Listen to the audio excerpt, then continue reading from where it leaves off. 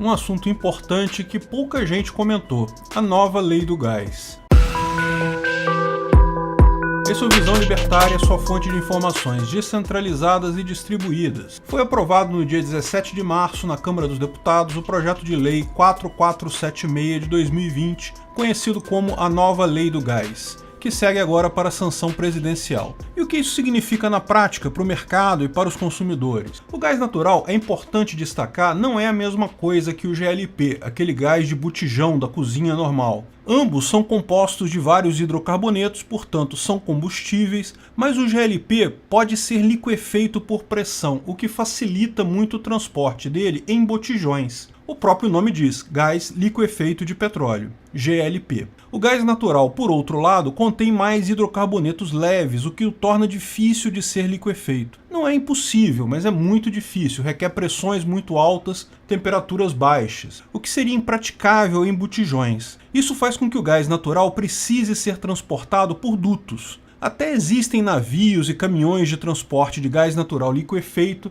mas é algo muito caro para fazer. Só o gasoduto é economicamente viável. Portanto, a primeira coisa que precisa ficar clara é que essa lei se refere ao gás natural, não afeta em nada o GLP, o gás de botijão. Ainda assim, é algo inovador e com muito potencial de mudar a sua vida, mesmo que você use gás de botijão. O gás natural é um importante insumo usado para gerar energia elétrica em indústrias, usinas ou para a fabricação de plásticos e fertilizantes. É usado como combustível de veículos também, o famoso GNV, gás natural veicular. Também é usado em residências. Aqui no Rio de Janeiro, em São Paulo, em várias outras capitais, existe rede de distribuição de gás natural. Uma tubulação similar à de água que você recebe gás diretamente na sua residência e paga através de um medidor de gás. Nos bairros atendidos por essas redes, os fogões funcionam com gás natural, que também pode ser usado para aquecer a água no chuveiro, o próprio aquecimento do ambiente. Existe também ar-condicionado movido a gás natural, embora sejam pouco usados aqui no Brasil.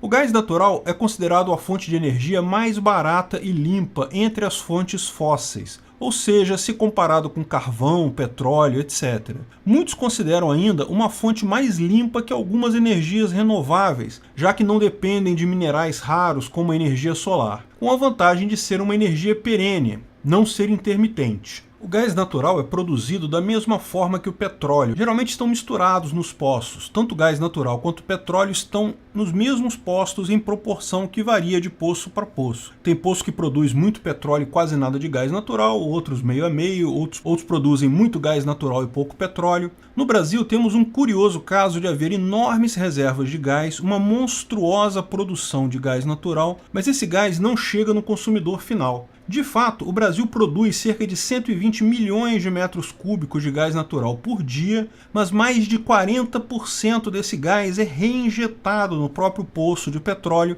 para facilitar a produção do petróleo em si. Ao mesmo tempo que a Petrobras praticamente descarta todo esse gás, ela importa cerca de 2 bilhões de dólares do mesmo, principalmente da Bolívia. Mas por que isso acontece? Por que a Petrobras não vende esse gás natural para outras pessoas? Como explicamos, para usar o gás natural são precisos gasodutos. É preciso ser transportado por duto. E esses gasodutos não existem. Durante muito tempo, a produção e transporte de gás no Brasil foram um monopólio da Petrobras. A estatal tirava o gás do subsolo, colocava em grandes gasodutos, direcionava as distribuidoras estaduais que usavam o direito de monopólio em cada estado para que chegasse até o consumidor residencial ou industrial. A Petrobras tinha o monopólio da produção, da importação e do transporte do gás natural. As empresas estaduais de gás, o monopólio da distribuição. Tudo era feito com um planejamento central, o que leva fatalmente à ineficiência. O resultado disso, uma infraestrutura deficiente e preços altos. Os gasodutos de transporte mais recentes construídos no Brasil foram construídos há mais de 10 anos e não atendem ao padrão de consumo atual. Mesmo com a privatização dos gasodutos ao longo dos últimos anos, o regime jurídico seguiu sendo o de concessão,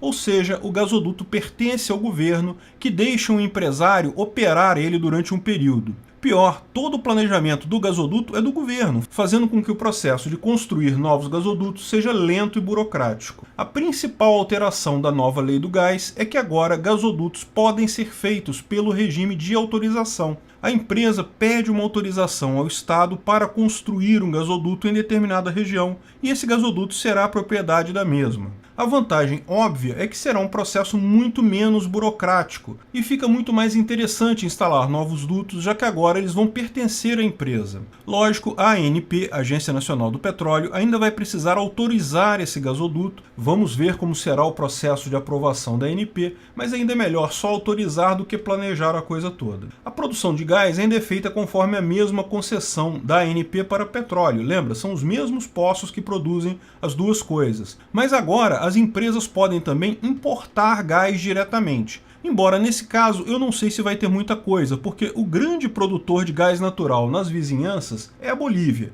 e já existe um enorme gasoduto vindo de lá, mas de qualquer forma abre-se a possibilidade de outras empresas importarem gás natural. Quanto à distribuição, que é a etapa final, a perspectiva é que a Petrobras deixe de ser a única fornecedora, e também que haja sua saída como acionista de distribuidoras estaduais, sendo que muitas devem ser privatizadas, o que por si só é uma boa notícia. Além disso, passa a valer nacionalmente a figura do consumidor livre, que vai poder escolher livremente o seu fornecedor de gás. Infelizmente, porém, como ainda acontece com o consumidor livre de energia elétrica no Brasil, a novidade deve estar disponível apenas para grandes consumidores, sendo que o consumidor residencial de gás encanado continuará sendo considerado um consumidor cativo, ou seja, você continuará sendo obrigado a comprar gás da Naturgy se mora no Rio de Janeiro ou da empresa concessionária estadual aí do seu estado. Ainda tem muito monopólio estatal para ser quebrado nessa área. De qualquer forma, essa lei quebra vários monopólios legais e abre caminho para a quebra do monopólio na prática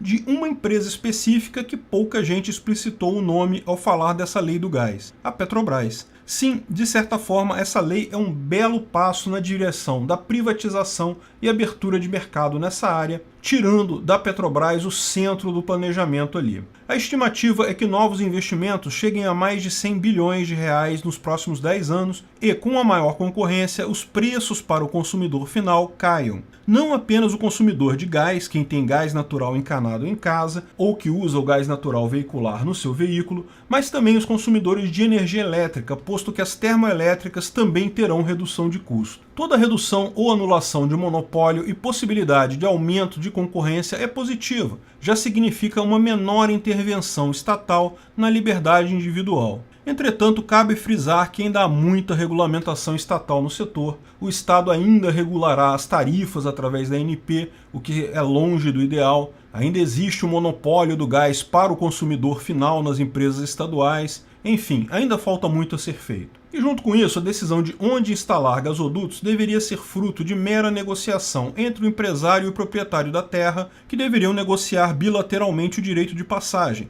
Para que autorização? O governo não tem que autorizar nada. Certamente, numa sociedade libertária, não faltarão boas alternativas de fontes energéticas para todos, porque quanto mais liberdade há, cresce também a chance de todos se ajustarem, com mais eficiência, às necessidades e às ofertas.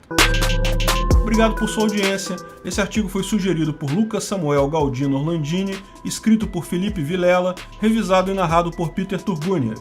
Esse vídeo foi um oferecimento de armataweb.com, cloud e serviços de data center. 100% de compromisso com a satisfação e privacidade dos clientes. Aceitamos Bitcoin. Veja o link na descrição do vídeo. Se você gostou desse vídeo, clique no like e compartilhe ele em suas redes sociais. Se inscreva no canal para nos ajudar, clicando no botão vermelho abaixo. Se quiser ser avisado de novos vídeos, clique no sininho ao lado. Até a próxima!